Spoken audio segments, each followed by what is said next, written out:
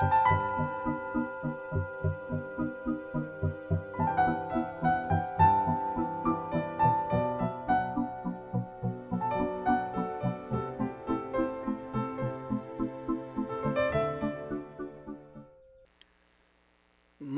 practice and how to do it. If you're listening to this, you probably want more detail on how to actually do shamatha meditation. You're past the sales pitch, and here are the details for those of you who can't find an authentic local center. Start off with when to meditate. It's often considered important to meditate daily, or at least with some kind of uniform regularity. And this is why. Regular meditation is like taking our daily temperature. Each meditation session, no matter how brief, samples our state of mind. You sample it, you see how it is. If there's no regularity, if there's no sampling, then we have no way to measure how calm or how wild our mind is. If we sit a lot one day and none the next, 2 days is very difficult to gauge or remember just how we were, how we're doing. And consistently watching your mind is very much a part of meditation. So the whole point here is sampling, getting to know the mind. I've found it best to sit some each day, preferably in the morning. And that's only because intervening, distracting events of great importance, it seems, they haven't come up yet in the morning. And so when they do come up, I end up skipping meditation that day for one good quote-unquote reason or another. And I'm naturally brilliant at finding excuses to skip my practice session. Now, how long should we meditate? Basically, sit for a comfortable length of time. It can be as short as 5 minutes, or as long as you enjoy it. When I say enjoy here, I'm aware that practicing meditation is just that, practice. Practice is not always or hardly ever enjoyable, or can be. The point here is not to force yourself to practice longer than you can stand, so that you don't start to form a habit of hating your meditation sessions. At least think of it as you would doing schoolwork or having to study for something, and consider the long-term results you're looking to achieve and then act accordingly. If you've done this before in other areas like schooling, I mean, we've all done this kind of stuff. I can remember times when I forgot to meditate and I would sit up in bed for a minute or two before I went to sleep just to keep that mind sampling thing going. Also, just to keep me going. When I was beginning, I typically did 2 meditation sessions a day, one in the morning and one in the evening. That evening one didn't happen a lot more than the morning one, so that there were intervening circumstances that made me feel I was right and just, well, I can't do it today, it's going to be better tomorrow, I'll do it then. And also, let's talk about our expectations. The best advice is don't have any expectation, and that's easy to say but hard to adhere to. The fact is, simply, that you don't know what the result of meditation is like. I mean, enlightenment or awareness, you haven't had it. So whatever your expectations are, just by definition, they're not going to be correct. So don't try to imagine what you can't yet know. I can tell you from experience that my expectations of meditation have been and continue to be my greatest stumbling block to making any real progress. They were simple mistakes. I took it. I got it wrong on my part. And, I still manage to do it way too often. Now let's talk about experiences. And the worst, as in the most detrimental thing, is to have a really good meditation session and then expect or look for that to happen again on the next day or the next week or the next month. or the next years. And that's the killer. It's like having one good breath and then trying to hold it. Sooner or later, life's going to knock that breath out of you so that you can breathe again. So it's better to learn to let it go and just breathe out. Instead, it's far better to accept whatever the day brings, even if it is dull, down, and dreary. That's better than to cling to the past, trying to recreate a happy event or a good meditation session, expecting that if you don't have it, then you're falling behind. That's just not the way life is. Life is cyclic, up and down. So meditate with the dullness. Meditate with the anxiety that you have on hand, rather than compare what you have to what you once had before.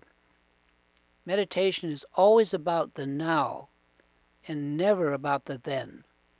In fact, a major rule is, in Buddhism, this is a famous statement that's repeated endlessly, don't prolong the past.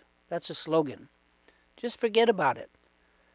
Comfortably accept just how it is right now for you, good, bad, or ugly, and meditate in those conditions. Accept the conditions that are, rather than expect or hold out for better conditions. You can't have the same meditation twice, because meditation is not about the experience itself, but always about your awareness in the experience. That is, how do you handle it? And that's the way to move forward. The mind can be seen as a kind of pendulum, swinging from being too excited to calm down on the one hand, to being too slow to wake up on the other. The time you want is right in the middle. And just right is about zero movement of the pendulum. Unfortunately, the pendulum swings far to the right and spends far more time on either side than it does in the center. So progress in meditation involves letting that pendulum zero itself out and come to rest in the middle eventually. That is letting the mind rest, and this takes time. Again, it's not about how good or how high you feel that day, but rather how you handle whatever the conditions that day brings. Remember, you're building a habit here. You're practicing. Now, something we'll call resting the mind.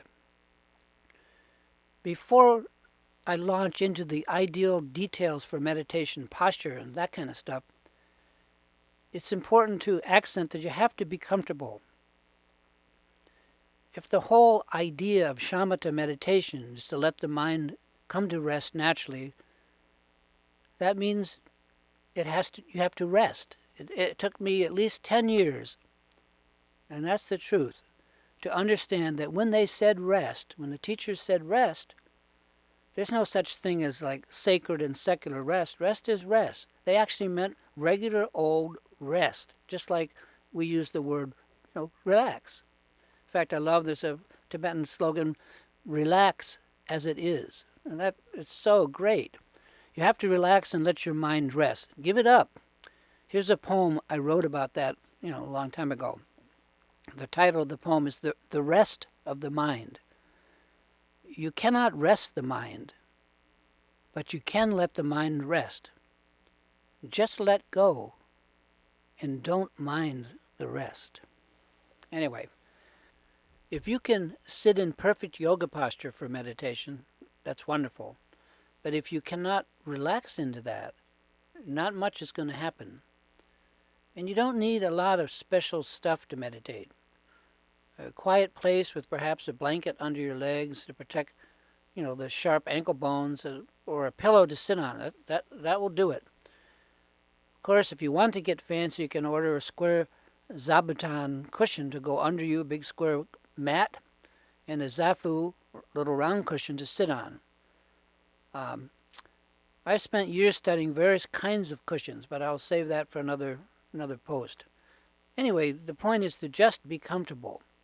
If you're sitting where it's cold or drafty, then wrap a blanket or a shawl around your back and legs.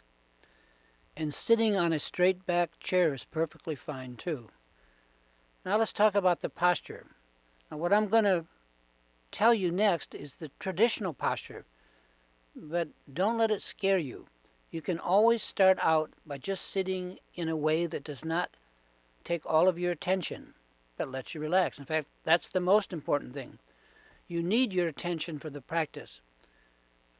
Yet, traditionally, there are 7 points to the posture, often called in the Kagyu tradition the 7-point posture of Virachana. Virachana here means emptiness, because this is your aerodynamic posture to sail into emptiness. I've yet to get there, but I'm headed that way. Okay, first, point number 1, cross-legged. Now, if you're one of those rare human beings that can sit in full lotus position, with each foot resting on the opposite thigh, no doubt that's the best. I can do it, but for like a minute, and then things start to ache. But the rest of us can sit cross-legged, with both legs on the floor, one in front of the other. Easy. Again, sitting on a straight back chair is also fine.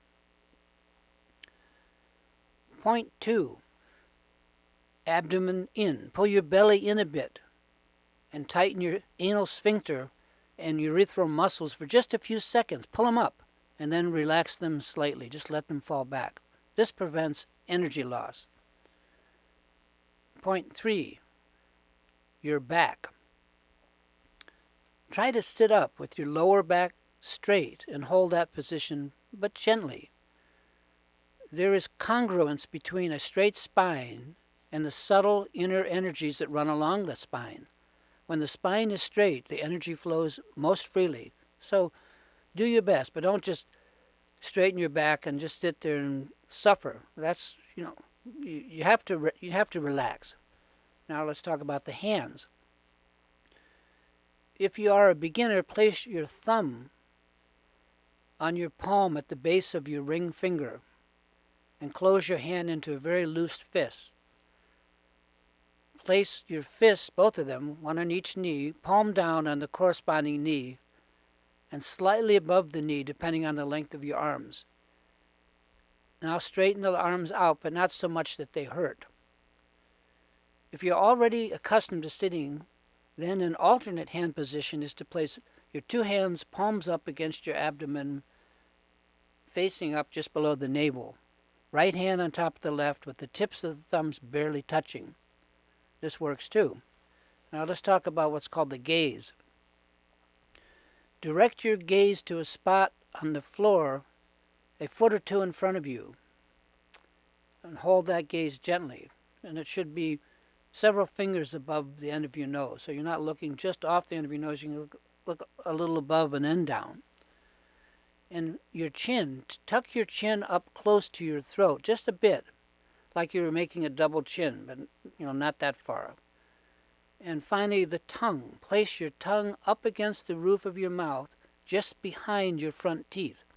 This will help control the saliva. The teeth can be slightly closed, but not clenched, and the lips very slightly parted. Now let's talk about sitting in meditation. I've shown you the posture. Now try to arrange yourself in that posture and then still sit comfortably. It's kind of a little like rubbing your forehead and patting your tummy at first, so don't strain yourself. If you can't do it, fully, then just relax and just sit normally until you can manage everything. It's most important to be comfortable because otherwise you're not. To begin, just sit there for a minute. Relax until you can begin to feel thoughts rise. And at that point, take a deep, slow breath, breathing in. Follow the air as it comes in all the way down into your lower abdomen. Then slowly breathe out. After that, breathe normally, but keep your attention on the breath going in and going out. Continue breathing like this, following your breath with your consciousness for the duration of the meditation period. Now that's if you're focusing on the breath. If you're focusing on a pebble or a twig or a spot on the floor, then you're not following the breath, you're just letting the mind rest on the object. The main idea is that thoughts are going to begin to come, and you'll probably become distracted. This is not only normal, but it's to be expected. When you are distracted to the point of being literally carried away in the mind, that is, that you find that you have forgotten to focus on the object, whether it be the breath or whatever, but are thinking of lunch or appointment that you have later on. When that happens, you just catch yourself and let that thought go. Then very gently bring your mind back and focus it, rest it on the breath or the object. Don't spend 1 millisecond feeling sorry or worrying that you're not performing properly, because you are. This is totally normal. This is the practice. Gently drop the thought and drop any thought about the thought and any worry about your behavior, etc., and refocus on the breath or the object gently and continue following the breath or resting on the object. Try to remain relaxed, but not too relaxed, and certainly not tense. My teacher uses the analogy of holding a raw egg. If you hold the egg too tightly, it will break. And if you hold it too loose, it will fall and also break. So you have to hold it just right, tenderly. This is mindfulness. This is what we're trying to learn. If you are uncomfortable and like have physical pain, try to ignore it. If it persists, go ahead and shift your position to see if that helps.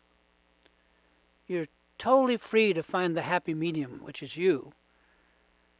And some days that might even be giving up. You have to stop altogether. You don't want to be a sissy, but you also don't want to associate meditation with physical pain. Be reasonable. Here's another poem that I wrote years ago. It's called Testing the Rest. And here we're talking about testing the rest of the mind. It goes like this. Learning to rest the mind really puts my practice to the test. So sometimes I just need to take a break and simply get some rest. That's also allowed. I received my shamatha meditation instructions from an authentic source. And my source was the Venerable Chogyam Trungpa Rinpoche, who personally sat me down and taught it to me over about an hour and a half period of time. And I have been given permission by my root lama of 30 years now to teach this to others, as his teacher did before that, all the way back down the lineage. If and when you can, it's worthwhile to meet a certified teacher in person and to get these instructions and the blessings that go with the instructions that stretch way back over 1,000 years or more. The authentic blessing is so very special. So if you can, make an effort to get it sometime. Anyway, you can find a list of authentic centers at kagyu.org, kagyu.org. I'm sure there are others that are fine too, and I just don't personally know them.